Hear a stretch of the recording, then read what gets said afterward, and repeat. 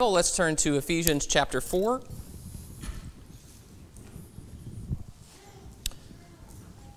We'll be starting this assembly period there, Ephesians 4. It is good to see you this morning. And I guess from my perspective, we're leaning a little left this morning. We got a lot more over here than over here, so is that okay? Can we lean left? I don't know. This is probably not the good time of year to make jokes like that. But good to see you. Glad to have you here. And this is something I've been looking forward to. I have missed Q&A morning. We typically have Q&A morning this morning, the second Sunday morning of the month. And we weren't able to do that for several months because we were only having one service for most of that time. And so since we've been able to do our regular assembly period, we'll be able to work this back in. And I have some questions. I just want to remind you what we do on Q&A morning first, which is these are questions that have been previously submitted to me, things you've asked me. Usually I hope that you will write them down or text me or email me some way that I can have a record of it. And they're questions that have been previously answered that I have developed how I would respond in a more formal and extended way, and then I'll answer those questions for the benefit of everyone. So it's not a back and forth, but it's something that I'm going to basically monologue, and then if you still disagree, we'll talk about it again, and you can ask another question, and maybe we'll talk about it further. I do want to say, because of all of the pandemic and everything, I have a lot fewer questions than I did prior to that. I don't know if that means you guys are all answering your own questions or if you're asking other preachers. I don't know what's going on there, but feel free to send me more. But the questions that we're going to talk about this morning are questions that I brought on myself. So a couple of weeks ago, I preached a lesson about Jesus and traditions, and I mentioned in a kind of an offhand way that those who believe or teach that gambling is sinful or that all forms of dancing are sinful, those are traditional beliefs. And so I had a couple of questions about that. And I said at the time, these are not things we're going to get into this morning, because that was a lesson about traditions, but I figure we can get into them today. So those are going to be the two questions that we're going to talk about this morning. So first of all, is gambling a sin? That's the first question. And I want to take some time and talk about gambling and talk about this way of labeling or thinking about it. So Ephesians chapter 4 and verse 28. Ephesians 4 and verse 28 says, "Let the thief no longer steal, but rather let him labor doing honest work with his own hands, so that he may have something to share with anyone in need." So this is part of that section that says there are things we used to do, and when we come to Christ, those things change. So what we used to do is maybe steal, and he says, let the one who stole steal no longer, but instead of stealing, in this section, there's always something you replace it with, something positive, something good that you can channel your energy into. And so he says, instead of stealing, labor with your hands what is good, and so you can have something to give to the one who is in need. So what I want to do, thinking about this idea of work and labor, I kind of want to present this in the way that I've heard this presented. When I have heard people talk about gambling as a sin, there's a series of arguments that I've almost always heard with that. And I think we need to start by saying if we're going to call something a sin, then the burden of proof on that rests with the one who is condemning. If I'm going to condemn something, I have to tell you why it's wrong, and I need to have Bible behind me. We don't have the authority to say, Jacob decrees this is a sin. Rooting for any team besides Texas A&M is a sin. I decide it, okay? I don't have that authority, and you can laugh at me, but I think sometimes we need to remember that when it comes to moral things. When it comes to moral things, we don't have the right to decide this is right or wrong for someone else, and we don't get to speak for God about that. So calling something a sin when God does not has a burden of proof to it. And I want us to feel that instead of the other way around, where it's something where I feel like I have to justify doing something that the Bible doesn't say anything about or doesn't specifically condemn. So what's missing in the discussion about gambling biblically is a passage that mentions gambling in any kind of critical, negative, or condemning way. It's just not there.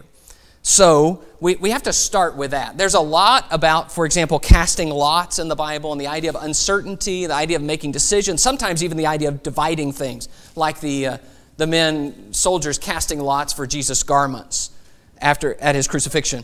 And so they're dividing something. We could call that gambling. It's the basic idea. But there's nothing said there that this is wrong, this is sinful. Now we might say, well, that's a shame, but really the real shame is that Jesus is on the cross, not that his clothes are being gambled for. That's not really the point of that text. So we have this issue of, if we're going to call it sinful, there's no passage that says that. So usually the way I have heard this talked about is to talk about gambling as a sin from a series of arguments. Now the first one is Christians make their money by working.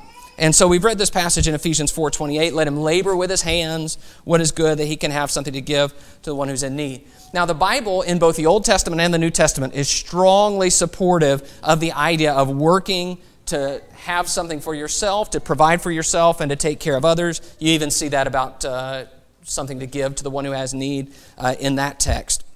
And I think we need to say that emphatically. We need to teach that to our children. We need to stand up for that this is the way God expects us to make money. That we don't just sit around and let other people provide for us, but we work to provide for ourselves and our own families. But the issue I have with this argument with regards to gambling is that if we're going to say that Christians make money by working, really what we're trying to say is that Christians can only make money by working. And I think none of us would really be comfortable with that in practice. Because there are times when we do receive money or make money in other ways than just money we've worked for. And we don't say, oh, it's a sin. I can't have that because I didn't work for it. I'm talking about some kind of windfall. I'm talking about refunds. I'm talking about gifts. There's a lot of ways we make money or receive money. And we don't say, no, those are wrong because you didn't work for that. We say, no, that's just kind of in addition to the basic way I'm going to make my living, which is always going to be Ephesians 4:28, the idea of working to provide for my own. So I don't think we refuse those kinds of other income on any kind of moral basis. If you do, then that's fine, that's your choice. But I don't think we can say that that's wrong to receive money in a different way. So I agree with this principle, but I believe there's a jump from saying this is the way Christians make their money to then saying anything else is sin. To me, there's a jump there that I'm not willing to make. The second argument I have typically heard about gambling being a sin is that gambling is motivated by greed. And of course, the Bible frequently condemns greed. We talked a couple of weeks ago about idolatry, how Paul says in a couple of places covetousness is idolatry. And Jesus speaks specifically, beware of covetousness. Greed is a problem. Paul says the love of money is a root of all kinds of evil. So, this needs to be said, and we need to say it clearly, that greed is an issue, and greed is a heart issue, it's a motive issue, and we need to be aware of our own motivation about it.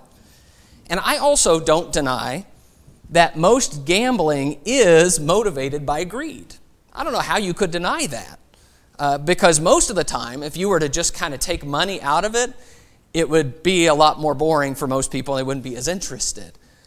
And especially, you can see, whether you're talking about the lottery or casinos or whatever you're talking about, that when you increase the stakes, you increase the interest and the participation because people want to make money. Okay, so that would be exciting for them. I understand that, and I think that is a greed issue. The problem I have with using this argument to say that gambling is a sin is that it contains a logical fallacy. The fallacy is this. Just because I can do something from a poor motivation doesn't mean the thing I'm doing is wrong. Think about it. Do we ever come to church, assemble ourselves for the wrong reasons? Sometimes we do. So does that make assembling ourselves wrong? Well, no. Or let's say, sometimes we could use a computer to look at pornography. I could have a computer for a bad reason. Does that mean computers are wrong? No, you see, that's the fallacy. We begin to blame the act because sometimes we have a poor motive with the act. And so it seems to me that that's an issue where we can't say it's the gambling that's the sin. I think instead we have greed, which is a much bigger and broader thing. And we can do a lot of things that are otherwise good from a greedy heart, and suddenly the thing itself is corrupted. But I don't get to the point where I say, well, gambling has to be wrong, because sometimes people do it from a wrong motivation. So we should always examine our motives, always beware of covetousness, but that's not the same as saying a thing as a sin. Those are two different issues to me. The third argument I've heard about gambling being a sin is that gambling is unloving. That is, since we're supposed to show love for our brother, gambling is actually about kind of hurting them and taking their stuff. Excuse me. So they may be freely offering it, but does that really matter? Really, at the end of the day, if I win, they lose. And usually the kind of gambling this argument has in mind is maybe like we're all at a poker table or something like that, and so I'm directly taking from my brother. Sometimes this kind of argument is made with more a systemic gambling, like a big casino or the gambling industry, and you say, well, whatever you receive as a payout from your gambling, you're really taking from other people, and most of the time they're the poor or the addicted, that casinos and the industry preys on. Now, I agree completely that we need to think about the impact our actions have on other people and have on our brothers, and that is in a one-on-one situation. I also think that we need to think about that in a more systemic way, that sometimes the way we use our money affects people and affects people in our country and in other countries. And I think those are thoughts to be having, because we want to be loving and we want to show care about that. But again, I come down to an issue here about gambling itself that I think we have maybe taken an idea that in some settings we would say that's bad, and we've run a little too far with it. So let's just say I've got me and a couple of my friends, and we decide we're going to play some poker, and we're going to have a quarter. We're all going to bet a quarter. Okay, and I win. So I win, let's say, a quarter from each of my friends, and I've got $1 where I only had a quarter before. Have I been unloving to take my friends' quarters? Do you hear the problem? In that setting, we would say, come on, a quarter? That's not a big deal. Now, it's totally different, isn't it, if you start increasing the money. If you say, oh no, I took my friend's house. That's unloving. That's a problem. Okay? If I took my friend's full year's salary. You see what's happening? It's not the gambling that's the problem. It's about, in some situations, you're not thinking about how your behavior impacts others. Instead, you're motivated by your own greed. And you can see, you can hear in those scenarios, and we've all seen this maybe portrayed in TV or in the movies or something, where the stakes keep getting raised, and suddenly, we can't back out, and so much is on the table. And to take that and insist on that, yeah, that's a problem. That's a love problem to me. But the idea that that's just inherent in gambling is, again, a logical fallacy. I think what we're really trying to say is, we're not thinking about the impact of our behavior on other people. And if that's the case, that's a much bigger and broader problem than just what happens with gambling. But again, I don't get to the point where I say this is wrong. I do believe that there are a lot of situations where it could be that gambling is unloving, but it is not by definition unloving. The other thing I've heard is that gambling involves risk. So I was raised hearing lots of arguments about risk, that there was a risk we could lose our money. And then I remember being in Bible classes where this was talked about, which, by the way, this is not a Bible class, because I know I'm in difficult territory here, and we might just totally lose our way if everybody started talking. But what would happen? Somebody would talk about risk, and then somebody would say, well, wait a minute. What about the stock market? Is it wrong to play the stock market? And then there would be this, oh, no, not that kind of risk. See, in the stock market, you own something, and then there's a risk that venture might go bad, but you're just speculating about an outcome by investing with them. I never really got to the bottom of why some risk was okay and some risk was not. Why is risk wrong generally? Investments are a risk. That's why when you see investments advertised, they'll have a disclaimer about past performance doesn't indicate future results, because they know it's a risk and you know it's a risk.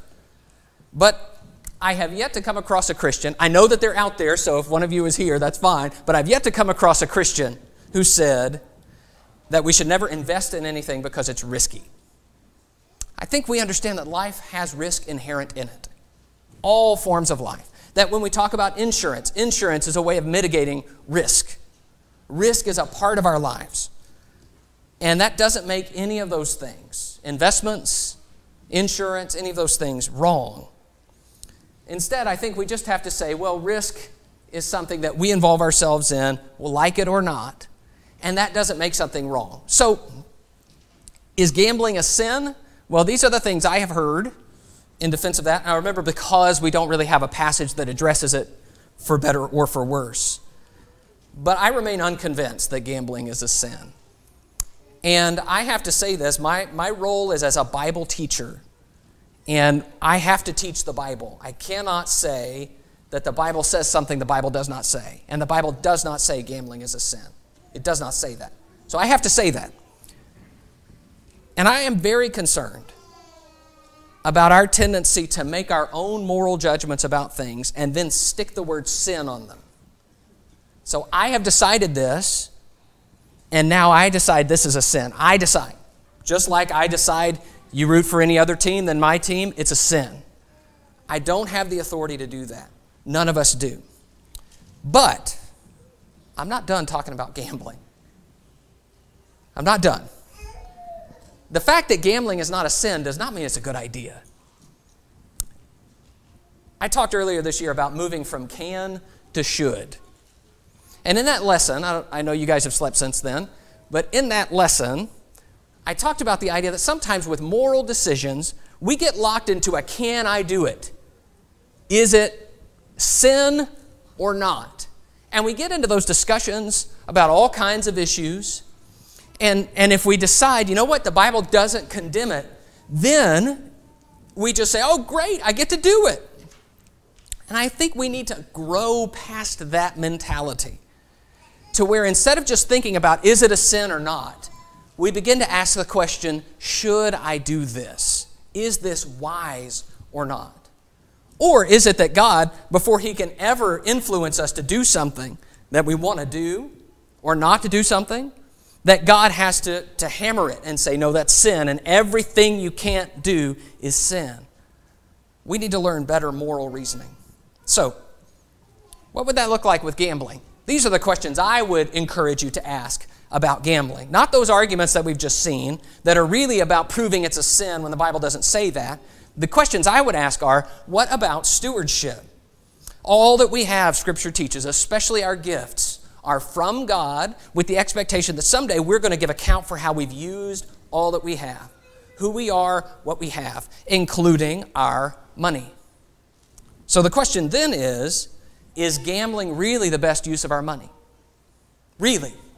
Honestly? Seriously? Best use of our money? You could not find anything that you could do with that money that would be better than that. Now I understand sometimes we waste our money. Sometimes we spend our money on frivolous things. But that does not somehow exempt us from the concept of stewardship with regarding any of those decisions. That we still have to be aware that how we spend what we have and how we use what we have matters to God. So maybe God does not say, this is an absolute sin and you've done wrong to do it, but what would God think if we waste His money? And usually, by the way, depending on what kind of gambling you're doing, they will have to print the likelihood that you will make any money if you play their game. And usually the likelihood of you doing anything besides wasting your money is extraordinarily, astronomically small. I guess astronomically small is not true. Infinitesimally small. What about addiction? What about addiction? Compulsive gambling, problem gambling is a major problem. When a behavior is known to be addictive, shouldn't that raise some red flags for us? Christians are taught we're not to be brought under the power of anything. We're not to be mastered by anything. And I believe that anything is as broad as it could be. If we're aware of that, and we're aware that this tends to do that, are we being careful and being honest about that? We need to consider, what is it associated with? I will just say this about gambling. what happens in Vegas stays in Vegas. Do I need to say more? What's it associated with? What are my motives? What are my motives? Boy, we've got to think about this. What am I really after? Why do I want to do this? What am I thinking? And am I being honest with myself? Those are questions that I believe will help us make moral decisions. Whether something is sin or not, these are questions that we can take with us and start asking about all the different things that we have to make decisions about. And I would encourage us to move away from is it sin or not sin? I don't think that's really helping us, to a question of, should I do this? Is this wise? Is this good? And I believe that will help us mature in our decision making. Now, my original point, when I talked about this in the lesson a few weeks ago, was that this idea that gambling is a sin is a traditional belief. And if we refuse to gamble, it should not be because it's sinful, because that's not what the Bible teaches about it, but because we have determined it to be unwise. And I believe that difference matters in terms of both honesty and motivation. All right, so that's question one. Question two is, are all forms of dancing sinful? So the other example I gave was saying that all forms of dancing are sinful. That teaching is a traditional belief. The idea I am getting at here is that the word dancing can really easily be an umbrella term for a whole bunch of things. Just think of all the different things that we call dancing. You know, things that we do individually, where any kind of movement that we do just on our own is dancing. There are sexual type dances. There's break dancing, belly dancing, square dancing, okay? All kinds. They're all one umbrella term, right? Dancing. So can we say dancing is sinful? Can we say it in that form? Dancing is sinful. Well, let's look at a couple of things. Let's look in 2 Samuel 6. I want to show you there's some dancing in the Bible. There's some good dancing and there's some bad dancing, which should already start to answer our question.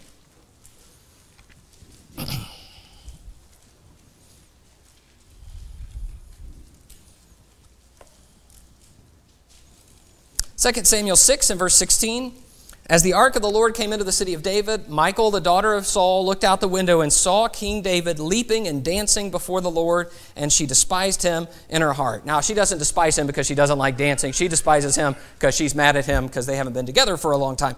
But down in verse 20, it says, David returned to bless his household, but Michal, the daughter of Saul, came out to meet David and said, how the king of Israel honored himself today, uncovering himself today before the eyes of his servants, female servants, as one of the vulgar fellows shamelessly uncovers himself. And David said to Michal, it was before the Lord who chose me above your father and above all his house to appoint me as prince over Israel, the people of the Lord. And I will celebrate before the Lord. I will make myself yet more contemptible than this, and I will be abased in your eyes. But by the female servants of whom you have spoken, by them I shall be held in honor. I hope you can hear there's some tension in their marriage.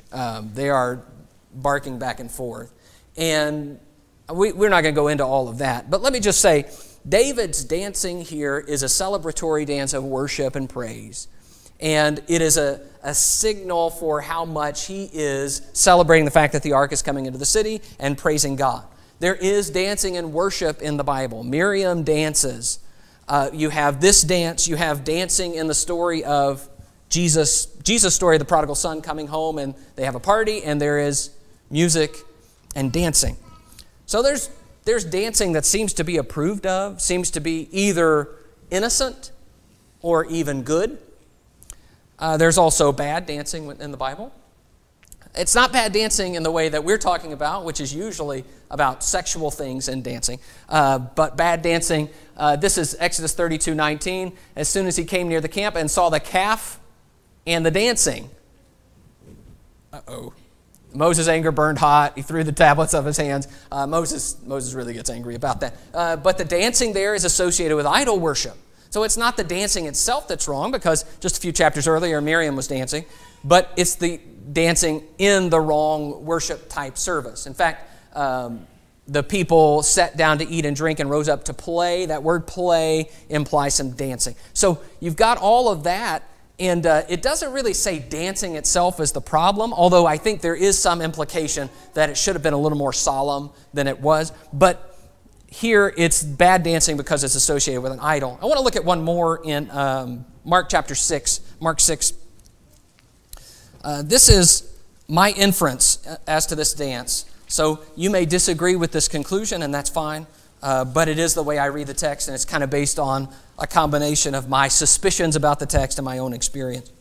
Mark 6 and verse 21, it says, "But an opportunity came when Herod on his birthday gave a banquet for his nobles and military commanders and the leading men of Galilee. For when Herodias' daughter came in and danced, she pleased Herod and his guests. And the king said to the girl, 'Ask me for whatever you wish, and I will give it to you.' And he vowed to her, 'Whatever you ask me, I will give you up to half my kingdom.'" All right, well, what kind of dance is this? So I think we would admit there would be types of dancing that would be innocent and I'm thinking of something like a tap dance or something like that. I don't think this is an innocent type of dance. I think the fact that it is Herodias' daughter who comes in and pleased Herod and the guests. My inference, it may not be necessary, but it's my inference, is that what's happening here is this is one of those drunken parties where Herod and all his guests are sitting there drinking, and this girl comes in and she has a very provocative, sensual dance, and Herod, his jaw drops, even though this is his stepdaughter, and he says, "Hey, I'll give you whatever you want." I mean, what else would explain the "up to half my kingdom"? Why would that make sense because of someone's excellent footwork and their tap dance? Okay, there's something else going on here. Just my inference, I would say there is good dancing and there is bad dancing. Well, there we go. So,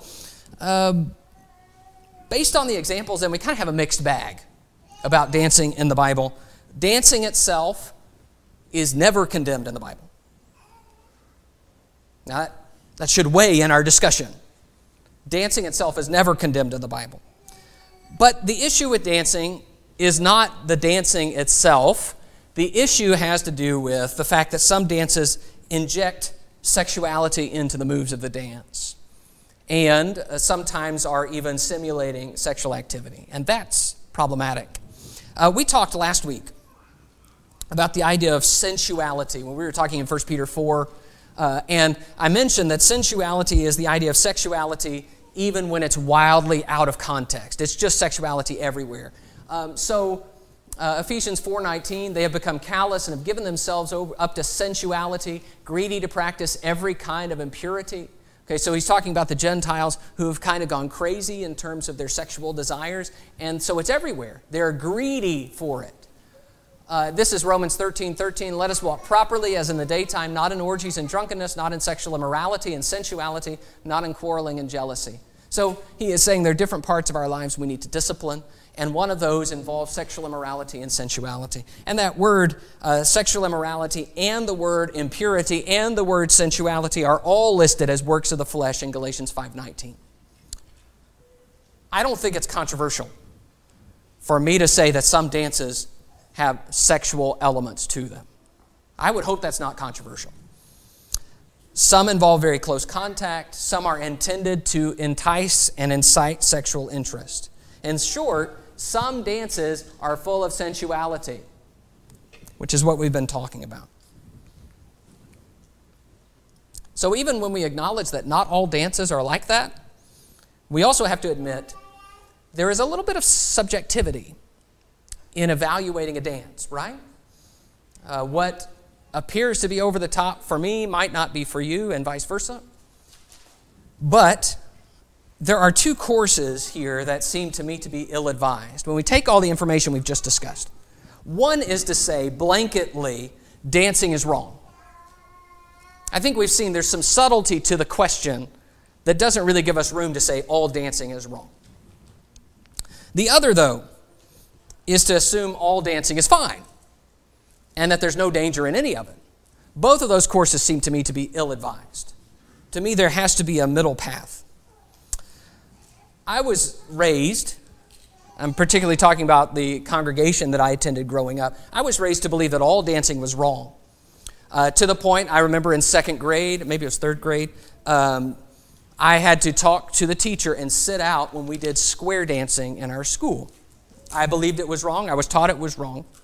I look back on that. I didn't know the first thing about what sexuality was at 8 years old, and I certainly wasn't simulating anything like that when I did do-si-dos. But that was the way I was raised. Some of you may have been raised in the same way. And that was a little bit disillusioning to me, to be honest, to look back on that and say, why was that a problem when the issue is not really addressed that way in Scripture? I guess the main thing I want to say is, should we talk to our kids about this? Yes, yes, yes, 1,000 times yes.